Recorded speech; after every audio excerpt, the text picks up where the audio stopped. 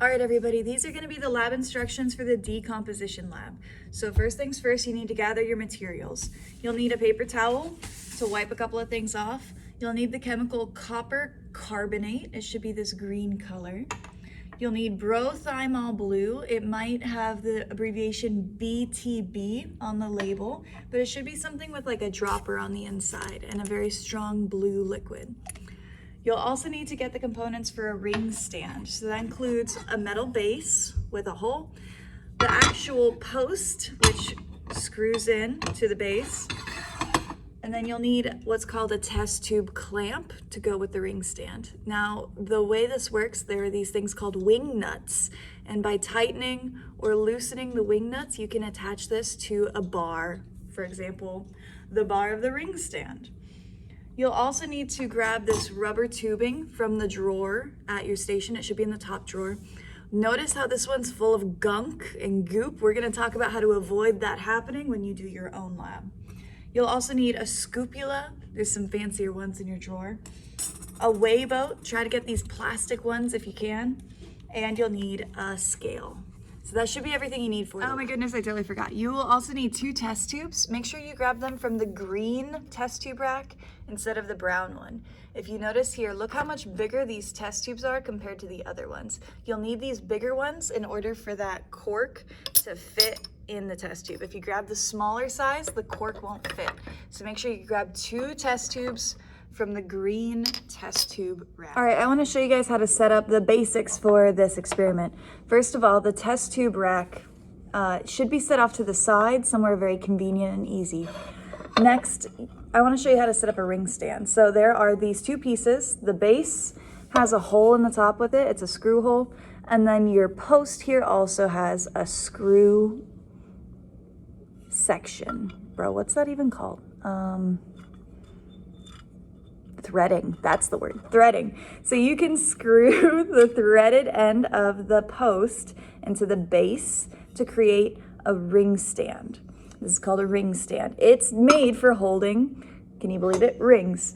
Now, I use it to decorate the room with plants. However, we can also use it during labs. For your test tube clamp, there's 2 ends. There's this end here, which connects to the post, and then there's this end here, which will eventually hold our test tubes. So by loosening this, we can slide it onto our ring stand. Okay. We can then tighten the wing nut to hold it into place. We can also adjust our test tube clamp so that right now, if I tried to hold a test tube in this, it'll be vertical. And we want it to be horizontal. So there's another wing nut here that we can use to adjust whether or not it's horizontal or vertical on this clamp right here. Once you've adjusted it, make sure to tighten this wing nut back again. Remember, righty-tighty, lefty-loosey. Righty-tighty, lefty-loosey. Yeah, all right. We also have this wing nut here. This is for holding the test tube itself. Now, if you try to adjust this and it doesn't work, you can always squeeze the clamp in order to release tension on the wing nut before unscrewing it or rescrewing it. With that, you've officially set up a ring stand. A couple little things about this. Number 1, you don't want to have this test tube holding section above the base. This base should never have anything on it. It is only made for holding up, or I guess weighing down, our test tube or the whole ring stand. Instead, we want this to sort of be opposite. We're gonna have the back end be uncovered. This is gonna hold the weight. And then over here, we'll have our test tube so that the space underneath where the test tube goes is open for something like a Bunsen burner. Yeah. Now the setup for this is a little bit complicated, so I wanna make sure we're all on the same page. On the left-hand side, you're going to have your test tube clamp. You'll also need to have a large test tube inside of this clamp, screwed shut, which is gonna take me a second because I unscrewed it so much. Just like on the flame test lab, just like on the synthesis lab, you're going to wanna make sure this clamp is nearby the front or the top of your test tube when you're clamping it. You don't want it in the middle, you don't want it at the end, you want it by the mouth of the tube. So make sure you do that as you tighten this wing nut. And then don't be afraid to manhandle the supplies a little bit. It's sturdy, you're not gonna break it. If you do, it's not the end of the world. This stuff is literally from the 1980s, okay? This is the setup. I'm gonna do a 360. This is the setup for the test tube, the ring stand, and the test tube clamp. This is gonna go off to the left. I already made a mistake. Just kidding, no I didn't. Okay, the mouth of my test tube is pointed in this direction. My rubber stopper is gonna go in the mouth of this test tube. Again, don't be shy. And then this tube is gonna end up going into another test tube. So the 2 test tubes you grabbed in the beginning, you'll need both of them. Ultimately, this will end up over here inside of the test tube rack, like this. Okay, so test tube 1 with the stopper, the tube going into test tube number 2. Now, I want to point something out here. If I move this, this is going to come along with it. And if you're not careful, you could knock this over. Additionally, if I move this, that moves with it. So if you're not careful, you can knock something over. So from this point forward, you are not going to touch either one of these. We don't want them going anywhere. So make sure that you have your setup exactly as you like it, exactly as you want it, so that you don't move anything from here on out. Okay? I wanted to give you a frontal perspective of my setup really quick. So here you can see the ring stand, the test tube, the cork, the tubing, into the other test tube. Now we need to start filling up our test tubes with the required materials, weighing out masses, and using some of our chemicals we gathered. First, we're gonna grab the test tube that's gonna have this rubber tubing inside of it. We're gonna fill it halfway to 3/4 of the way full of water, and we're gonna put 6 to 10 drops of this inside of our test tube. So I'm gonna do that now. All right, wearing my goggles. 1, 2, 3, 4, 5, 6, 7, 8. Perfect. Remember, the water pressure is really high, so don't accidentally break your test tube or I'll be sad. About that much is fine. Put the test tube back in the rack, put the rubber tubing inside. Make sure that the tube is below the water level, so it needs to be in the liquid. And then write your observations. What color do you notice on this? The solution here, is it blue? Is it yellow? Is it going to stay that color? Is it faint? Is it strong? If you could describe it as a color, what would it be? All right, using a weigh boat, you need to get exactly 1 gram of copper carbonate.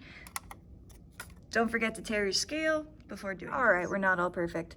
Now, if you rinse this off in the sink, you're gonna get copper in the sink. So instead of rinsing this off, I want you to use a paper towel and I want you to wipe down your scupula. Now that my scupula is wiped down, I can set this off to the side along with my BTB and continue with the lab. We need to put this copper carbonate into this test tube. So I'm going to loosen the clamp, take off the rubber stopper, and pour this into the test tube.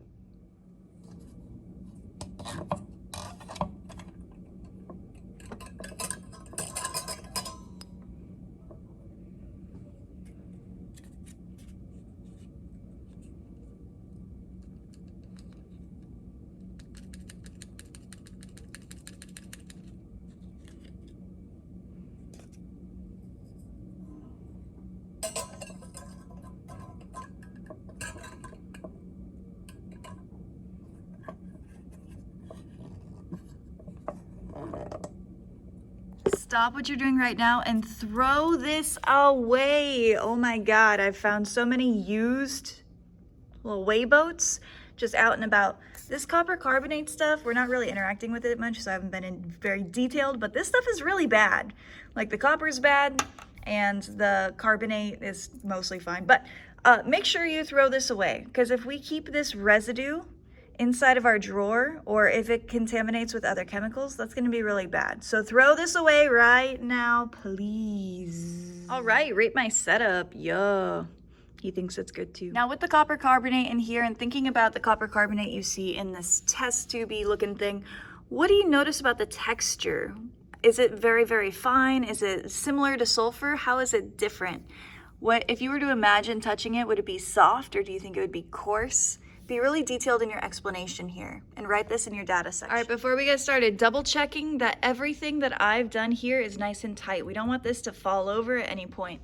Same thing over here, making sure that this is inside of that water, that we're not adjusting anything or this isn't going to lose anything. Making sure that my rubber stopper is in here firmly, making sure the test tube is connected to the rubber all the way across. We need to trap gases in here, so we need to have nice firm seals all the way across. From here, we're going to be looking at our Bunsen burner. Now my Bunsen burner is very tall, and if I put it next to this test tube, it's actually about the right height. This is probably a good amount of distance here. I don't know how tall my flame is gonna be until I light this, so we will have to adjust the height of this clamp later. But for now, this is looking pretty decent. It's not miles away. A couple of little things here. Make sure that your tube isn't in any sort of kinky, weird shape like this. We wanna make sure that it's nice and flat on the table so that it doesn't accidentally like go over the flame and get melted at any point. We also want to make sure that we don't have this too tight. If this gets pulled off of that connection over here, then we could have a gas leak and serious problems. So make sure that this is firmly on the connection here as much as possible. Same thing down here, make sure this is firmly connected to the Bunsen burner itself. All right, so over here is my copper carbonate inside of the test tube. Here's my Bunsen burner, the gas line's over here along with the lever. What we're gonna do, first of all, we're gonna make sure the Bunsen burner is away from my copper carbonate until I get the flame situated. We wanna make sure that there's distance here. This is the part where we are most likely to burn ourselves, so we need to be very careful. What we're gonna do is you're gonna pause and call for me to come on over and help you out. I'm gonna walk you through the step-by-step in person, but we're gonna do it right here together first. Turning on the gas line. Nothing happens because I don't have the gas on. Hang on. With the gas on, as I turn this lever, you can hear the gases coming out. If you're not ready for me to light it, then don't have that on. With the gas coming out, when I go to light this, the flame is gonna be really tall, but I wanna point something out to you. As I turn this on and I try to light it way up here, look what's happening. The fire had to crawl downwards in order to actually be lit. So when we're lighting the Bunsen burner, instead of trying to come from the top and come all the way down, we should start here at the bottom so it's right where the gas is coming out of. So again, one more time, we're not lighting it up here. Instead, we're gonna light it down here next to the base of the Bunsen burner. Now looking at my flame, you maybe can see this? Hang on. It's probably easier to see with the black background. Our flame is kind of weak looking. See how it's all wobbly? There's only one looking fire in here. That's because this flame doesn't have enough oxygen. Down here, if we look at these holes, see how they're partially blocked off? We can rotate this. It's not hot at all. We can rotate this and you can hear it. It changes the sound of the fire. So that's with it completely open. See how there's airflow completely going through here? I can see through it. And now look at our flame. Look how much better that is. Look how much stronger. So the fire has two sections. It's kind of loud. The fire has two sections. The inside part here, from this part to this part, that's the hottest part of the flame. The outer flame, you can see, it goes a lot taller. It goes all the way up to here. So if you tried to put something way up here, it will get burned and it will melt. Don't ever reach your arm over the fire. However, we do want the top of this flame right here to be in line with the height of our test tube. So let's look carefully at this. Are those about the same height? Man, I'm so good at this. I would say, yeah, that's about the same height. I could maybe go a tiny bit lower, but like that's pretty much perfect. Let's go ahead for a second and say that it's not perfect. Let's say that you didn't have this at the right height. There's two ways you can fix it. Number one, if yours is a little bit shorter than the height of the flame, like you're too low, for example right here, you could always turn down the gas and make the flame smaller. That's always an option. As we can see, that's a little bit too low for my flame, but you know, whatever. We could do it this way too. Even though the flame is smaller, the heat is still there. Look at how we have that inner flame and that outer flame still. That inner flame is still very, very hot. Let's say that we need to adjust the height of this completely. We need to get way different height. What we can do, first of all, we're gonna make sure that our Bunsen burner is not near where we're trying to work. This is where we get burned. So making sure our Bunsen burner is not next to the thing we're gonna touch. Okay, if my height is super wrong here on my test tube and my test tube rack, I'm gonna make sure my fire is off to the side. You can always move it from the base of the Bunsen burner. This doesn't get hot. Up here in the tube will get hot. So moving the base, making sure it's out of the way, making sure it's not gonna fall on anything, making sure there's nothing above it, maybe like a stupid piece of paper that could catch on fire. None of that. This area is clear. I now have room for me to have my arms here and safely be almost a foot away from that fire. If you need to adjust the height, there's this wing nut over here. You can loosen it and then decrease the height or raise the height of your test tube and the clamp. You can also have a buddy eyeball this with you, but I think mine should be right about here. That's my eyeball. Okay, again, my fire was nowhere near my arm or my sleeve. This is where people can get burned, so be very, very, very, very careful. Now that my ring stand has the height I need it to have, I'm gonna take my Bunsen burner, I'm gonna pull it back over here, and I'm gonna slide it underneath my test tube. Now, as soon as I do this, the reaction is going to start happening. It will take a couple of minutes for it to work its way all the way through, but you need to have your eyes on this test tube under the fire and this test tube over here because something is happening. So make sure you have people looking both locations and writing their observations. All right, you will know your reaction is done when this test tube stops bubbling. All right, now that I believe my reaction is done, I'm gonna go ahead and turn off the gas over here.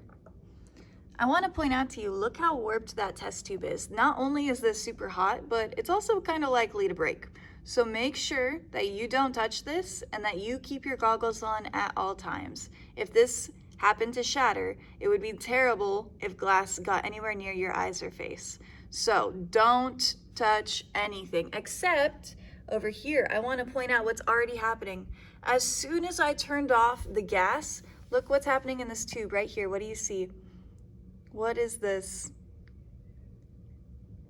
There's a relationship between pressure and heat. As the heat goes away, the pressure decreases, and that is sucking water from the test tube back up the tube. So you need to make sure that doesn't happen. And the way you do that, which I should have done a better job of, is by taking this out of the water before you turn off the Bunsen burner. I'm gonna do that one more time correctly so you can see the right one. All right, I turned my Bunsen burner back on just so you can see this relationship. There's water in the tube, but as that heats up, it pushes air down this tube, pushing the water back down into our test tube. Think carefully about what's happening here. There are gases or air inside of this test tube that are getting pushed down and across into the other test tube. These are directly connected and related. The stuff that we end up with over here from decomposing that copper carbonate is creating a gas that is pushing down the tube and into the other test tube. You need to be able to figure out what that gas is that's crawling its way back up that tubing. What is this gas made of? How can we predict the products? Remember, that's the purpose of this lab, is predict the product. So let's talk about the correct way to do this. Before we turn off the Bunsen burner, before I turn off the flame, I need to remove this tubing from this test tube and set it off to the side somewhere. I have to do that first, and then I can turn off the flame. Turn that off first, turn it off. Pull this out of the test tube first, and then turn off the Bunsen burner, and then allow this to cool. I would say for up to 5 minutes. This glass, especially my glass, is looking pretty precarious, so give it time to cool down. All right, I really want to take some time here and emphasize a couple of points, because this lab is tricky. We have two reactions that are happening simultaneously. The first is fueling or causing the second. This will be a lot easier if you have your notes from decomposition and synthesis that outline a couple examples of decomposition and synthesis reactions. Starting over here with our Bunsen burner and our test tube. We started with copper carbonate, that green powder. This is the thing we started with. By heating it up, we forced it to decompose. Now thinking about copper and carbonate, what type of gas might that turn into? You've probably heard of it before. And if you're not sure, that's okay. You can look in your notes and you will see reactions that talk about similar things. Over here, we have seen this reaction in class before. You were instructed to do the demonstration that showed you this exact reaction, and the equation for this reaction is in your notes. You can identify the reactants. We have water and whatever gas came through this tube. And that created a new compound that turned the water from blue to yellow. I don't want you to be confused and think that this is a reactant. The brothymol blue, the BTB we started with, is not a part of this equation. This is something to help us see a reaction. This is not something that caused a reaction. For example, when we started with this, the water was blue. This didn't turn the water a new color. The gas that was bubbling from this test tube is what caused it to turn yellow. The gas inside of this tubing turned this yellow in combination with the water already in here. So, one more time. The reactants, I will tell you, the reactant for this first test tube, the decomposition reaction, is copper carbonate, copper 2 carbonate. The reactants for the second reaction, the synthesis, that's a hint, synthesis reaction, is the bubbles from the tube and water. You should be able to use that information to do the purpose of the lab, which is predict the products of a decomposition and a synthesis reaction. If you have a hypothesis, if you think, I'm pretty sure this compound might be this, but I'm not sure, look up what that thing looks like. For example, if you think that this is still copper carbonate, look it up. Does it look like copper carbonate? Then maybe it is that. Does it look like ash? Maybe it is that. Does it look like coal? Maybe it is that. Test it. Google it. If you're really unsure, but you might be right, Google it. No reason not to, right? Additionally, you can always just ask me and I'll help you out. But you need to predict the products of the decomposition, predict the products of the synthesis reaction, and write them as a word equation, a symbol equation, and a sentence equation. Bada bing, bada boom. All right, last steps here. Bunsen burner set aside, gas is off. Assuming this is cooled down, which I'm still kind of nervous to touch this because that looks terrifying. But assuming this is cooled down, you can go ahead and unclamp it here, and you'll need to weigh this test tube to see how the mass changed, if it did at all. So unclamp this and weigh your test tube. Write down your new mass in your data section, and then if you're able to, scoop this powder out onto a paper towel and write your observations about how it looks. Feeling my test tube, it's not hot anymore, so dumping that out. Look at this black powder carefully. What does it look like to you? What does it remind you of? Do you notice anything interesting about it? Checking the inside of my test tube, I still have some residual stuff left over. Now that does not look like the stuff I started with. That looks completely different, so write that down. Be detailed. And as you can see, my test tube is definitely not usable. So if your test tube looks anything like mine, feel free to go put it in the broken glass disposal. We don't want people using test tubes and having them break.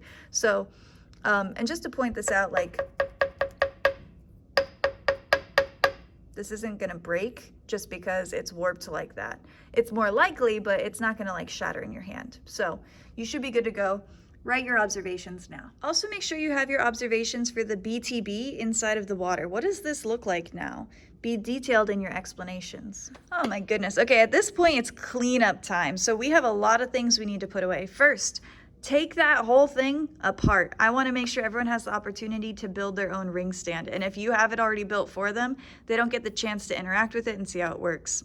Your test tubes. This one is reusable. You can dump this out, rinse it with water, and then put it back in the stand for other people to use later. If your test tube is warped like mine, toss it. But if not, you can just wash this out. We have soap, cleaner, and brushes specifically for test tubes at your lab station to clean this stuff out. So for example, this should be hanging up nearby the sink. It has all these different pieces, kind of like a bottle washer, so that you can clean out your test tube. It has all different sizes for every size of test tube. So if you wanted to clean yours, you could simply put soap, washy, washy, wash, and then put it back in the test tube rack for the next people. When you're done, your lab station should look like this. So countertop clear, chemicals put away, trash thrown away, Bunsen burner and supplies are still here, test tubes are accessible. And that's the lab. It's not a super crazy, like in your face kind of lab, but it does teach you the technical skills necessary in order to be successful on future labs. And that's the big point here. So building that equipment and setting it up properly is gonna set you up for success later on when we do something a lot more cool. I need to know that you guys can be safe in these situations and treat the copper carbonate the way it needs to be treated so that you guys can stay safe. I also need to know you can put supplies away properly, clean up after yourselves, so that we can do labs that might be a little bit longer term. And with that, we're done. So stay safe, hope you enjoy.